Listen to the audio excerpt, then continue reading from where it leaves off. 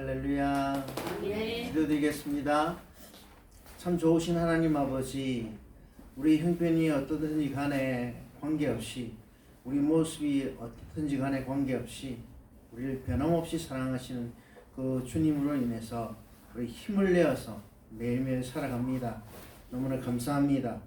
이렇게 우리가 매일 살다가 하나님을 예배하기 위해서 나왔습니다. 하나님 전심으로 하나님께 나아가는 시간이 되게 하여 주시옵소서. 성령께서 우리를 주장하여 주시기 원합니다. 예수 그리스도 이름으로 기도합니다. 네.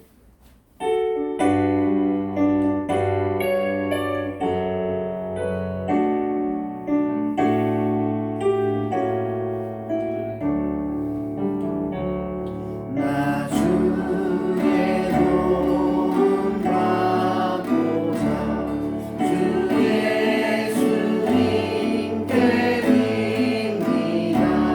그 무엇 허락하시사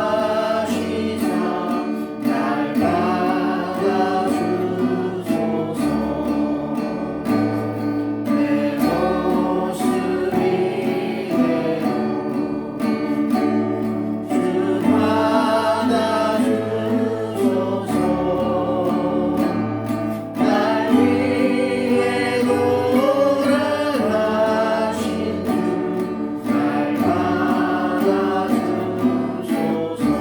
모습이 돈 바꾸자. 주의 돈 바꾸자. 주 예수님께 빕니다.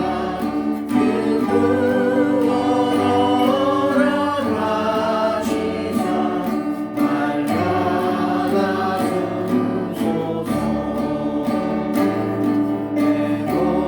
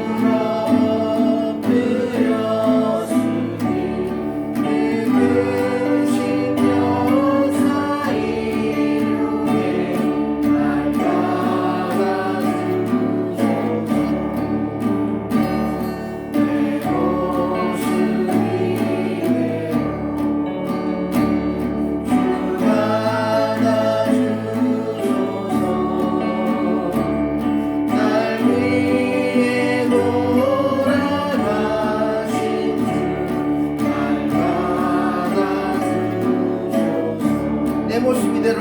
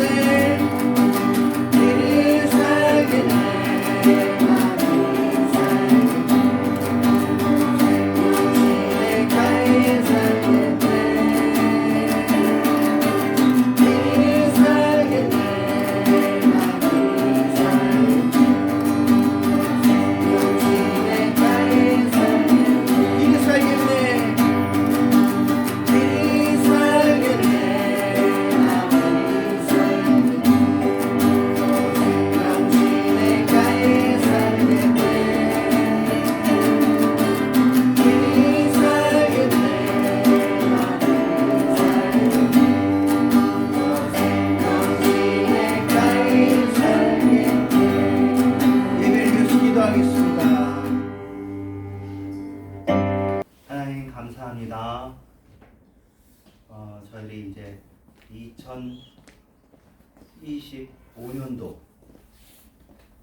우리가 살고 있지만 참 생소하고 2000년대가 되었던 것이 우리 내리속에 기억이 되어 있는데 그때 태어난 생명들이 25살이 된 사반세기를 지나간 해를 맞이하고 있습니다. 그 사이에 물질 문명도 많이 발달했고 여러 가지 환경도 많이 바뀌었습니다. 그러나 우리가 지금 가장 소중하게 여기는 것은 이렇게 하나님 안에 있는 이 일입니다. 사실은 얼마나 이게 큰 일입니까? 일주일에 하루를 정해서 계속 모이는 그런 활동이 돈 벌기 위해서 하는 일도 아니고 굉장히 큰 일입니다. 또 더구나 이게 하루뿐만 아니라 일주일에 이틀을 수요일까지 정해서 개혁해서 나오는 것은 이 일을 평생 하고 있다는 것은 굉장한 일입니다. 하나님 아버지 이 일의 의미를 우리가 알고 있고 주님께서도 알고 있습니다. 우리의 삶을 주님께 의탁하오니 주님께서 받으시고 주님이 기뻐하시고 나를 통하여서 주님이 기뻐하시는 일들이 이루어지기를 원합니다. 나에게 내가 주님의 손이 되게 하시고 내가 주님의 발이 되게 해주세요. 예수님의 이름으로 기도합니다. 아멘.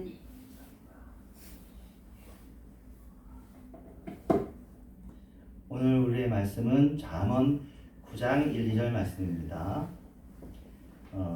1절, 2절 같이 읽겠습니다. 시작.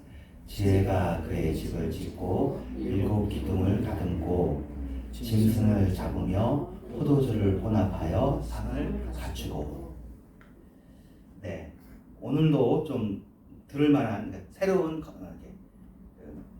내용들이 조금 들어 있습니다. 물론 그래서 그 잠언을 중간에 있는 장을 좀 뛰어넘었는데요. 오늘의 본문은 잠언의 첫 번째 큰 내용인 내 아들아 본문의 마지막 부분입니다. 내 아들아 하면서 이렇게 아들에게 주는 교훈이 있거든요. 그 다음에 또 다른 본문들이 나오는데 그 본문의 마지막 부분입니다. 그 본문의 결론 부분입니다. 그 본문은 어떻게 시작했냐면은 여호와를 경외하는 것이 지식의 근본이다 라는 말로 시작했습니다. 1장 7절입니다. 그리고 마칠 때는 9장 10절인데 오늘 잠언 9장을 보고 있거든요. 여호와를 경외하는 것이 지혜의 근본이라고 말합니다. 같은 말이죠. 그러니까 9장 10절 여호와를 경외하는 것이 지혜의 근본이요 거룩하신 자를 아는 것이 명철이니라. 네. 이 말도 같은 말이죠. 명철이나 지혜나 여호와를 경외하는 것이나 거룩하신 자를 아는 것이다. 그래서 아까 거라 보면 지식과 지혜만 딱 다르고 모든 단어가 일치합니다. 지식에서 지혜로라고 할 수도 있습니다.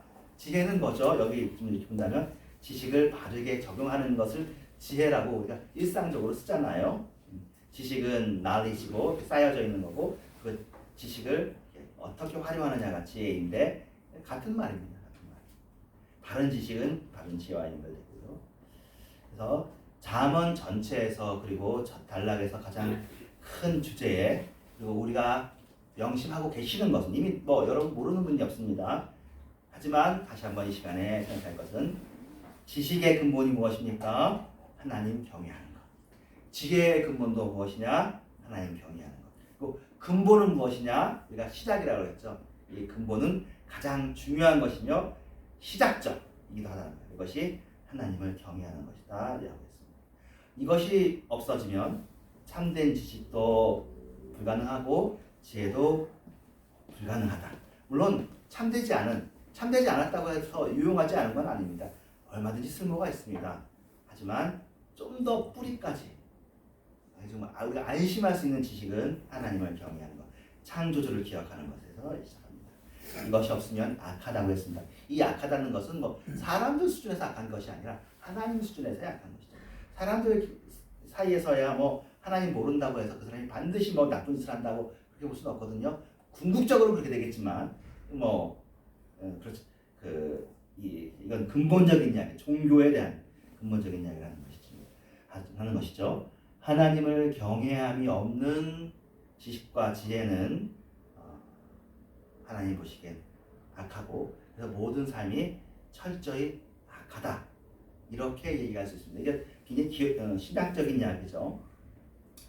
지혜가 이렇게 오늘 이야기합니다. 지혜는 의인화시켜서 이렇게 얘기하는 지혜께서 그의 집을 지었습니다. 그리고 7기둥을 다듬었습니다. 그리고 짐승을 잡았고요. 포도주를 혼합해서 상을 갖추었습니다. 이게 오늘 읽은 잠언 9장 1절 말입니다. 기둥이 7기둥이니까 큰 집입니다. 기둥이 2개만 있으면 집이 쓰잖아요. 7기둥이니까 굉장히 쉽게 얘기하면 대궐 같은 집이다. 고래등 같은 집이다. 라고 할 수 있습니다. 그러니까 지혜의 집은 크다. 우리 신약에서는 나에게로 가는 길은 좁고 협착하다. 진리로 가는 길은 좁고 협착하다 얘기하는데 잠언에서는 그렇게 얘기하지 않습니다. 일단 들어오기만 하면 오는 길은 그런지 모르지만 이 안에 들어오면 넓다. 얼마든지 쉴 수 있다. 그 얘기가 첫 번째 강조점입니다. 두 번째 강조점은 짐승을 잡았고 포도주를 혼합해서 상을 갖췄다고 합니다. 고기가 있는 집이에요. 육고기가. 먹을 게 풍성한 집입니다. 잔치가 있는 집이에요. 아주 풍성한 잔치집입니다. 그렇습니다. 그리고 포도주도 있어요. 포도주를 혼합했어요. 블렌딩을 한 거예요. 우리 생각에는 하나님은 먹는 걸 줄이고 포도주도 줄이고 그럴 것 같은데 지혜께서는 하나님이 지혜로 의인화해서 얘기할 때는 먹자, 마시자 하시는 거예요. 예수님의 별명도 그거였죠. 죄인과 세리의 친구고 먹는 것과 마시는 걸 탐하는 자. 이게 예수님 별명 중에 하나였어요. 예수님 잔치집에서 부르면 갔어요. 바리새인이 불러도 가고 세리가 불러도 가고. 물론 예수님께서 설 자리 안 설 자리 구분 못하신 건 아니겠습니다. 하지만 그러니까 여기에 의미는 금욕주의가 기독교가 사실 아니에요. 금욕주의라는 거 아시잖아요. 이렇게 결핍하고 이렇게 하는 게. 우리에게 금욕이 필요할 때가 있고 금욕이 기독교의 굉장히 중요한 요소이지만 기독교는 금욕주의다라고 얘기하기는 어렵고 오히려 금욕주의에 비슷한 종교는 불교, 이슬람. 이쪽은 자기를 절제하는 것을 실행에 굉장히 중요한 요소로 칩니다. 최근에도 이제 또 그 책을 읽고 있는데 로드니 스타크라는 사람의 책을 읽고 있는데 그 종교 사회학자거든요. 그 사람 얘기, 그 기독교 종교 경제학 얘기도 하는데 그 사람 표현 중에 그런 얘기가 있더라고요. 우리 기독교에서는 오소독스 바른 교리가 늘 중요해요. 근데 불교나 유대교나 이슬람교에서는 바로 알면 무슨 소용이냐? 바로 행해야지. 행하는 게 중요한 종교예요. 근데 우리는 아니야.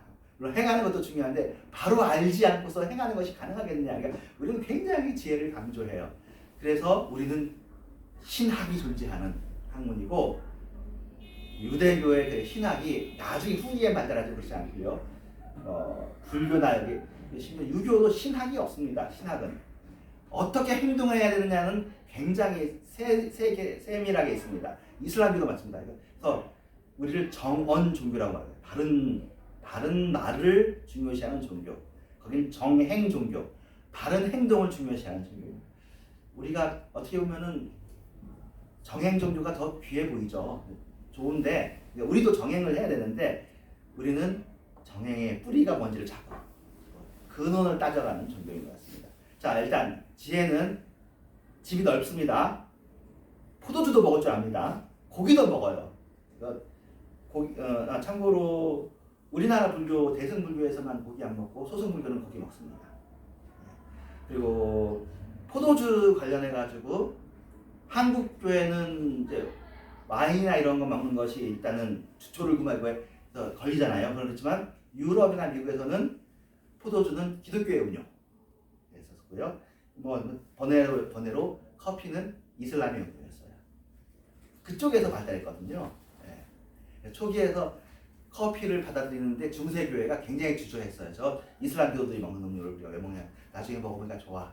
그리고 그 차이가 있는데 포도주는 행복하게 하고 조금 쉬게 하는 거라면은 커피의 특징은 뭐냐면 쉬게 하는 것이 아니라 의식을 각성시키잖아요. 카페인이잖아요. 그러니까 이슬람교도들은 만나서 맨날 종교 이야기를 합니다. 그게 커피의 문도고 포도주를 마시고 쉬는 거. 예수님도 포도주를 마시고 우리의 피곤한 것을 쉬자 이런 거거든요. 기독교는 그런 게 강해요. 자, 그만큼 너무 8분 했고요. 지혜는 그렇게 아주 좋은 집에서 풍성한 식사를 준비하고 사람을 초대했습니다. 어떻게 초대했냐면 4절에 어리석은 자는 이리로 돌이키라. 지혜 없는 자도 돌이키라. 이렇게 돌아라고 얘기했습니다. 자신의 여종을 시켜서 길을 가는 어리석은 자에게 지혜의 집의 잔치에 참여하도록 초청하도록 했습니다. 그러면 우리는 초청을 받고, 여러분 초청 받았고요. 지혜를 배워야 됩니다. 이 집은 아름답고 풍성하고 큰 집이고 즐거운 집입니다. 9장 6절에 얘기합니다. 어리석음을 버리고 생명을 얻으라. 명철의 길을 행하라. 여기서 보면 지혜의 집에 가면 목숨이 얻어지는 거예요. 생명을 구할 수가 있고 생명이 더 풍성해집니다. 생명이 단순히 길이만 길어지는 것이 아니라 그 질이나 느낌이나 그 양이나 이런 것들이 풍성한, 행복한, 생명이 풍성하면 기뻐지는 거, 행복한 건데 그런 행복함이 지혜에게 있습니다. 그래서 이 지혜의 잔치에 가지 않는 것은 그럼 나중에는 생명이 없음으로 연결되겠죠. 그러기에 아들에게 지혜의 주의를 기울여야 된다고 말하고 있습니다. 자, 이렇게 지혜의 집이 크고 먹을 것도 많은데 저절로 오는 게 아니고 초대해야 오고 안 오는 사람도 있다고 9장에서는 얘기해요. 왜 안 올까? 왜 안 오냐면 거만해서 안 와요. 9장 8절에 거만한 자를 책망하지 말라. 그가 너를 미워할까 두려우니라. 지혜인 자를 책망하라. 그가 너를 사랑하리라. 해서 거만이라는 주제를 갑자기 가지고 옵니다. 그래서 오늘 배울 것 중에 하나는 잠언에서 지혜의 반대말은 무지이기도 한데요. 무지의 특징은 거만합니다.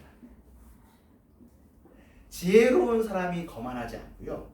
무지한 사람이 거만합니다. 지혜로운 사람은 듣고 따라가는데 거만한 사람은 듣고 미워합니다. 네가 나를 하면서 미워하는 것이 거만합니다. 지혜의 반대는 거만입니다. 거만한 자는 진리에게 관심이 없습니다. 거짓을 가지고 있습니다.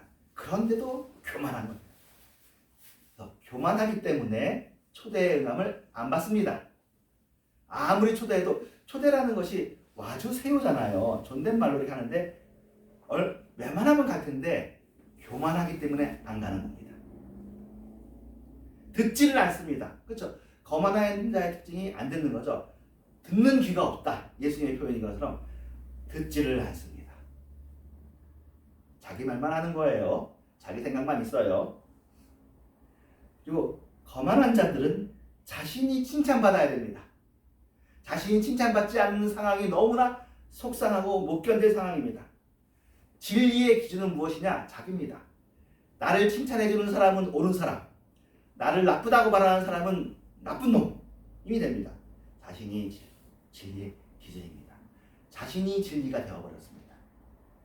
지혜가 너가 왜 지혜야? 내가 지혜지? 라는 거죠. 말은 그렇게 안 하지만 속에 그게 이미 자리가 잡혀 있는 거죠. 네가 만일 지혜로우면 그 지혜가 너에게 유익할 것이나 네가 만일 거만하면 너 홀로 해를 당하리라. 지혜와 거만을 딱 대조시키죠.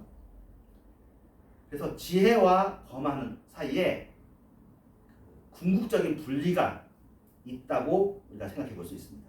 천국과 지옥의 분리가 있잖아요. 지혜는 빛이고 거만은 어둠이고요. 지혜는 생명이고 무지와 교만은 죽음이에요. 그래서 근데 세상에서는 거만하고 무지한 사람들이 인기가 있는 경우들이 의외로 많아요. 이 사람들이 지도자가 되는 일들이 이상한 일이 아니라 자연스럽게 많아요. 히틀러, 무솔리니 뭐 다른 이야기 말고 이 사람들이 잘못했다는 건 모든 인류가 다 증명하니까 제가 이걸 영상으로 보여줄까 하다가 안 했어요. 참고로 설명하면 히틀러랑 무솔리니 영상을 볼 수 있는데 무솔리니가 더 바보 같아요. 이 사람은 진짜 누가 봐도 동네 깡패를 들여온 것 같아요. 무솔리니라는 사람이 이태리의 당시 이제 그 통치 슈러가 된 사람이거든요. 이 사람이 그러니까 생긴 것도 진짜 깡패처럼 생겼고 말하는 것도 진짜 깡패처럼 이렇게 말해요. 그런데 그 말의 내용이 무엇이냐면 로마의 영광을 내가 회복하겠다 그래. 이태리가 로마가 있었잖아요. 로마가 망했잖아요. 지금 이태리가 얼마나 가난하냐? 이태리를 다시 위대하게. 그러니까 사람들이 오, 예, 무솔리니는 결국 그 독일, 이탈리아가 연합 동맹하고 나중에 여기에 일본 천황에서 이 세 나라가 2차 대전의 악의 축이거든요. 근데 이 세 나라 중에 제일 먼저 나가 떨어지는 나라가 이태리예요. 무솔리니는 아주 초기에 그 군대도 잘 초기에만 아프리카 조금 하다가는 금방 패퇴해버립니다. 그래서 히틀러가 엄청 실망해요. 저 이태리 바보 같은 것들 제대로 하지도 못하고. 히틀러는 무솔리니보다 훨씬 똑똑해 보입니다. 뭔가 이 사람이 가지고 있는 것처럼 보여요. 히틀러의 메시지도 뭘까요? 독일을 위대하게. 그리고 적을 딱 정해주는 거잖아요. 집시, 유태인, 그리고 공산주의자. 그 당시 공산주의자가 있었거든요. 러시아. 그래서 굉장히 러시아를 얘기하고 유태인도 얘기하고 집시도 얘기하고 하면서 자기들은 국가사회주의입니다. 국가사회주의를 하겠다. 이게 나치입니다. 내셔널 사회주의자. 그래가지고 제가 사실은 이게 누구 얘기하고 싶으냐면 지금도 자기 나라를 위대하게 하는 사람이 있어요. 우리나라뿐은 아니니까 걱정하지 마시고. 근데 제가 그분의 이름을 얘기하면 또 그분을 좋아하는 예수 믿는 사람도 있어서 제가 그분의 실명을 언급하기는 어려워. 그런데 그분도 얼마나 무식한지 모르겠고 얼마나 교만한지 모르겠어요. 제가 보기엔 이 사람들이랑 비슷해. 말은 그 얘기예요. 자기 나라를 위대하게 하겠대. 근데 봅시다.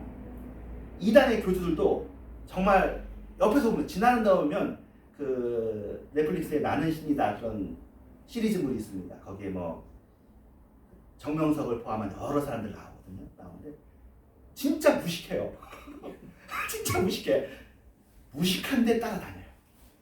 무식한데 교만하고 고집세고 잘난 체를 해. 그러니까 똑똑한 사람들이 추종하는 거예요. 잘난 사람들이 추종하는 거예요. 그러고 보면 지혜도 여러 단계가 있고 여러 종류가 있습니다. 근데 교만도 여러 종류가 있고 우주도 여러 종류가 있어요. 거기에 사람들이 혼란 빠지는 거예요. 그래서 이 세상에는 지혜로 가는 사람 종류가 따로 있고 무지로 가는, 교만으로 가는 사람 종류가 따로 있습니다. 근본적으로 하나님을 아는 것이 지혜이니 하나님을 경외하지 않는 것은 다 무지혜로 돌아갑니다. 참 불쌍한 건, 자, 천황은 그렇다 치고 그 당시 2차 대전에 이태리는 하나님 안 믿었냐? 하나님 믿었죠. 가톨릭 국가인데 하나님의 이름으로 무지를 얘기했습니다. 독일은 기독교 국가가 아니냐? 독일은 루터교 국가입니다. 독일 교회가 히틀러를 찬양했습니다. 히틀러를 반대하는 소수의 사람들은 감옥에 갔죠. 그러니 예수를 믿어도 하나님을 알면 지혜로워야 되는데 하나님을 알아도 진짜로 알지 못하면 무지의 길로 갑니다. 왜 이게 그 지혜와 무지로 갈려지냐면 하나님의 성품을 알아야 되는데 하나님의 성품은 온유하고 겸손하시다고 예수님께서 자기를 알려주셨고 사실은 구약도 이게 말 하나 해서 그렇지 겸손하신 하나님이에요. 얼마큼 겸손하냐면 크고 크신 하나님이 낮고 낮은 우리를 위해 내려오셨잖아요. 자기 비하거든요. 하나님이 왜 우리랑 말을 해요? 이거 관련해가지고 다신교도 있잖아요. 그리스 신화. 거기에 있는 신들이 인간들을 존중하지 않습니다. 신들을 존중받지만 지 맘대로 하는데 인간을 존중하지 않거든요.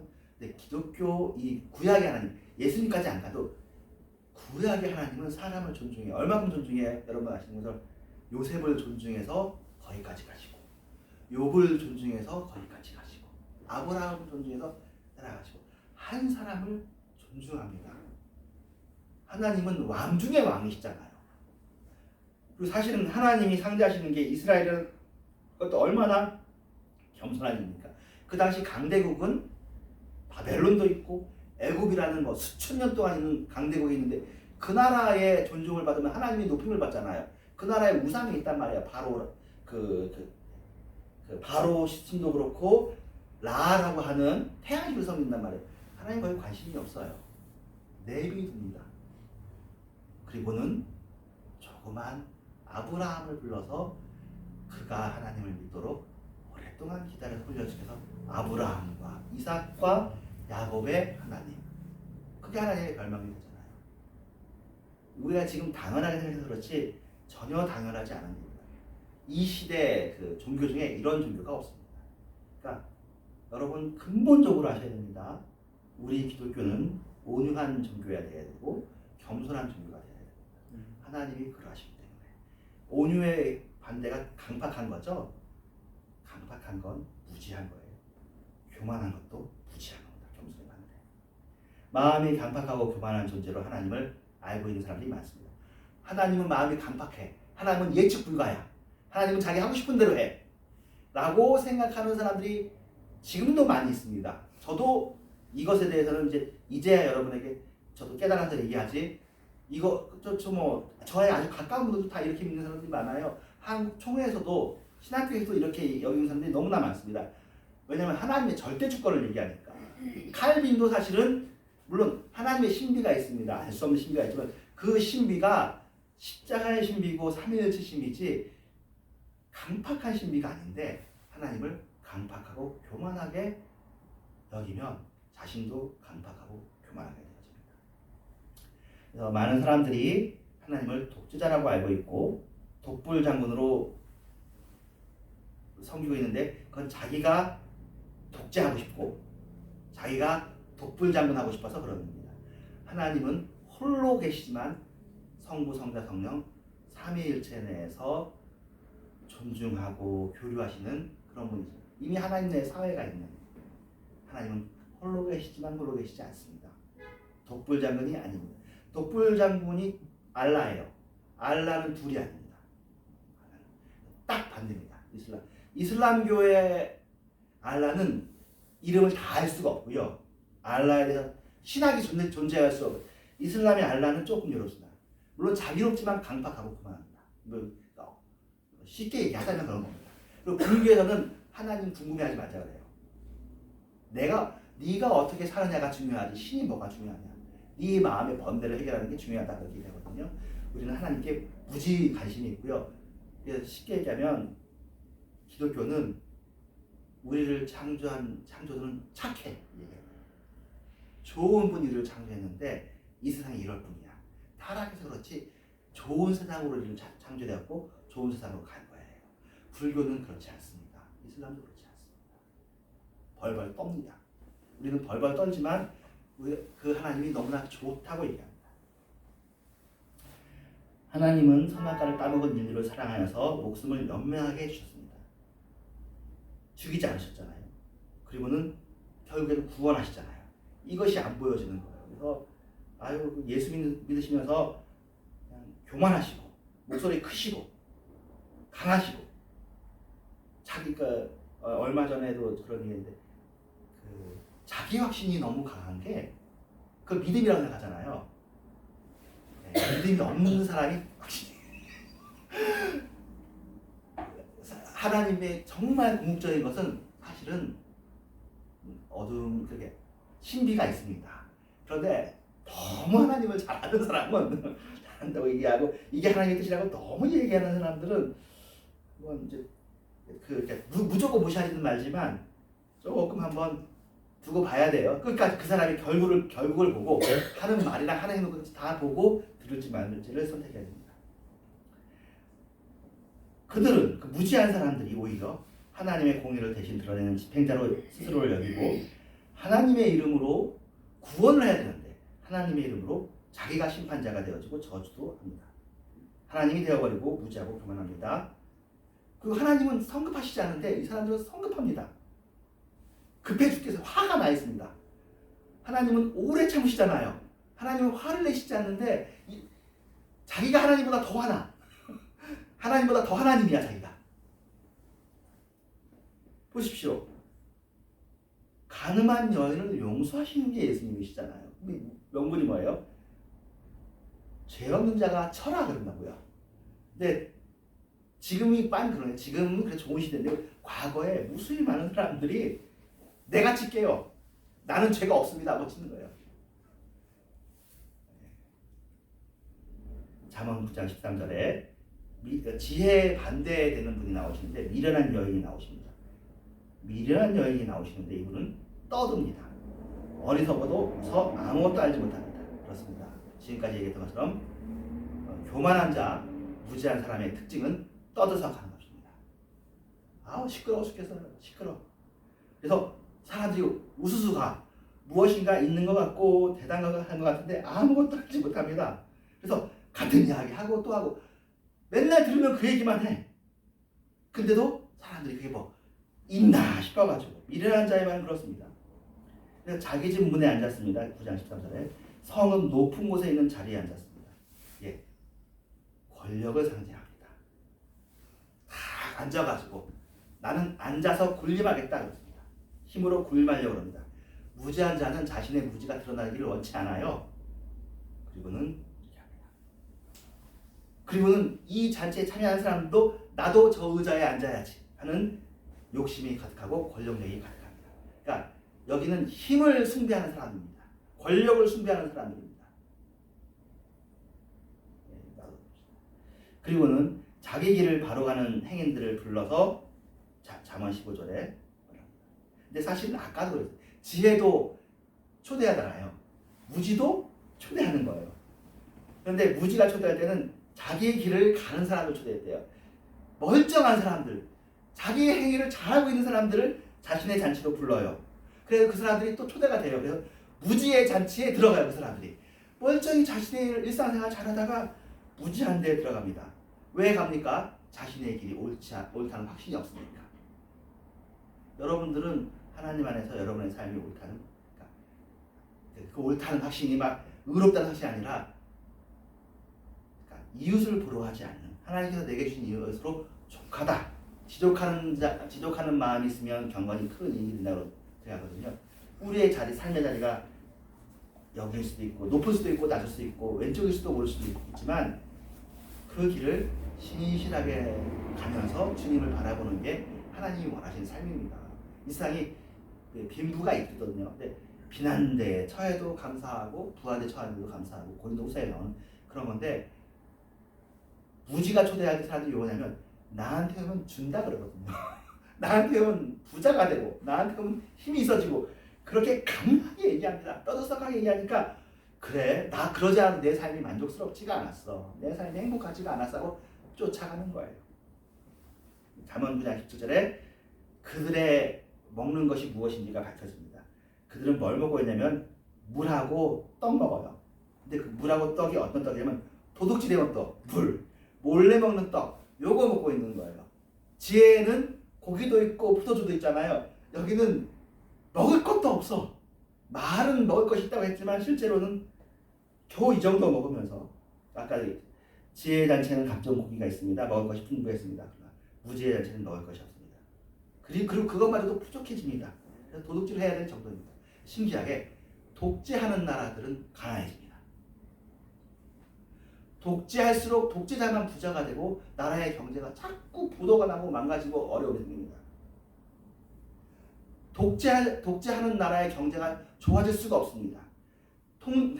나라가 똘똘 뭉쳐도 그 똘똘 뭉치는 게 투자로 하고 열려주는 걸로 해야지. 독재의 특징은 그 모여진 재화를 가지고 자기가 혼자 소비합니다. 다 써버립니다. 그러니까 그 잉여 축적된 자원들이 새로운 투자로 이루어지지 않고 개발로 이루어지지 않아요. 미래의 개발이 없어요. 계속 써버리니까 사람들이 지치죠. 백성도 가난하고 결국엔 왕도 가난해집니다. 그러니까 무지의 길이 부자의 길이 아닙니다. 지혜의 길이 사실은 잘 먹고 잘 사는 길인데 워낙 여기가 소리도 크고 화려하고 그러니까 사람들이 이쪽으로 가는 거예요.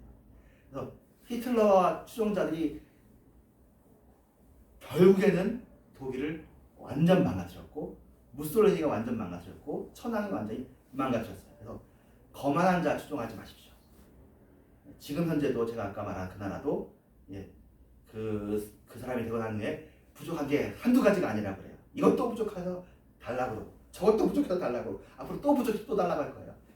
독재를 좋아하는 사람들, 거만한 사람들한테 가면은 지가 지혜롭지 못하거든요. 여러 사람의 지혜가 모여져서 이 세상이 이루어지는 건데 자기 혼자 똑똑하기 때문에 아무것도 안 됩니다. 경제도 안 돌아갑니다. 비참하게 됩니다.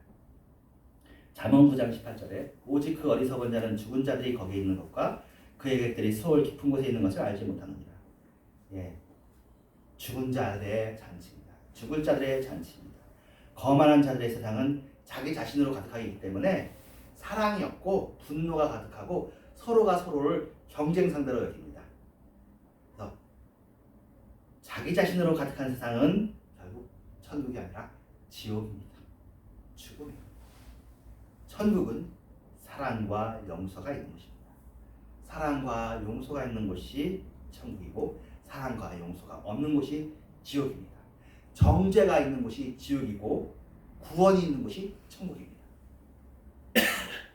사람들은 지혜의 잔치에 참여하면 먹을 것이 없다고 생각하지만 그렇지 않고요. 지혜의 잔치에 먹을 것이 더 풍성하고 행복합니다. 사람들이 이상하게 독재자의 시대 때 행복했다고 그래요. 아니거든요. 그때 공주였고 독재자와 그 주변인들만 돈 벌었어요. 그 이후에 독재가 끝난 다음에 지금의 풍성하고 행복한 시대가 왔어요. 사람들이. 왜냐면 독재를 이용해 먹는 사람들이 있기 때문에 그런 사람 자꾸 이런 거짓말을 만들어내는 거예요. 그러니까 지금 이렇게 개명된 사회에도 이러는 거예요. 북한도 독재가 있기 때문에 저렇게 가난한 거고요. 독재가 끝나야 풍성하고 행복한 시기가 오게 될 것입니다. 하나님은 그런 의미에서 독재자가 아니라 사랑하시는 분, 배려하시는 분, 존중하시는 분이십니다. 하나님이야말로 지혜의 근본이십니다. 그래서 사랑과 배려, 사람에 대한 존중이 있는 분이 하나님이시고 그것이 지혜고 그곳에 하나님이 역사하십니다. 교만한 자에게는 하나님이 역사하지 않습니다. 교만한 자에게는 미움도 있고 배척도 있고 이웃에 대한 판단과 저주가 있습니다. 그 안에 사탄이 역사하고 있습니다. 그러니까 입에 예수님을 달고 있다고 해도 예수님 믿는 게 아니라고 예수님 분명히 얘기하잖아요. 주여 주여 한다고 해서 예수님 믿는 사람이 아닙니다. 그들의 결말은 사망입니다. 그래서 우리 교회가, 우리 민족이, 이 시대가 지혜의 길로 가도록, 무지의 길을 선택하지 않도록 우리가 마음을 모으고 기도하고 하겠습니다. 우리가 뭐 힘은 없지만, 그리고 다 이 시대가 다 무지의 길로 가도 우리에게 사실 상관은 없습니다. 우리만 지혜의 길로 가면 됩니다. 세상이 멸망해도 하나님 나라가 멸망하는 건 아니거든요. 하나님 나라는 멸망하지 않는 나라입니다. 하나님 나라는 생명이 있는 나라이기 때문에, 그러나 할 수 있으면 지혜가 있잖아요. 지혜가 부르잖아요. 그러지 말라고. 계속 그러지 말라고 불러. 그게 지혜의 마음이에요. 무지한 자들이 무지의 길로 가는 게 지혜에게 무슨 상관이 있습니까? 그러나 지혜가 온유하고 겸손해서 그 무지한 사람을 자꾸 불러. 자꾸 이렇게 오라고 하는 거예요. 초대해. 맛있는 거 먹자고. 무지한 것을 선택한 자들에게 결핍과 사망이 초래한다고 해도 지혜에게 상관이 없지만 지혜는 끝없이 부르고 부릅니다. 지혜의 길로 오라고 부르고 사랑의 길로 오라고, 가능하다고. 조금이라도 이쪽으로. 물론 지혜가 그 사람이 해봐야 얼만큼 돌이키겠습니까? 하지만 이 구분이 있기 때문에 사망의 길로 가는 것보다는 조금이라도 생명의 길로 가는 게 그에게 훨씬 유익합니다. 그 조금이 결국엔 커질 거니까. 조금이라도 생명으로 시작해야 되잖아요. 생명이 붙어 있어야 생명으로 가는 거지. 교만의 길로 가서는 결국 죽습니다. 그리고는 이렇게 부르시는 부름이 능력의 부르심이라 우리가 이렇게 행복해졌고 또 우리가 기도하고 하면 이 시대도 그 부름에 응답될 줄로 믿습니다. 이렇게 무수한 가라지 껍데기들이 불타버리고 이제 지옥의 길로 가겠지만 신실한 사랑의 종들은 늘 천국으로 살아왔고요. 그렇게 살 것입니다. 그래서 여러분들도 그렇고 지금도 그렇고, 그러니까 그 부르는 마음 자세가 좀 달라요. 네가 망하면 내가 어떡하냐 그거 아니고요.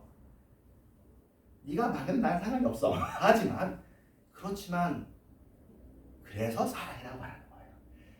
내가 결핍돼서 네가 없으면 내가 힘들어서가 아니라 네가 없어도 되지만 널 진짜 사랑해서 너를 위해서 부르는 거야. 내 유익을 위해서 부르는 게 아니야. 너가 있다고 내가 더 풍성해지는 게 아니라 난 이미 풍성해. 하지만 너를 위해서 네가 이 생명의 길로 왔으면 좋겠다가 하나님의 부르심이에요.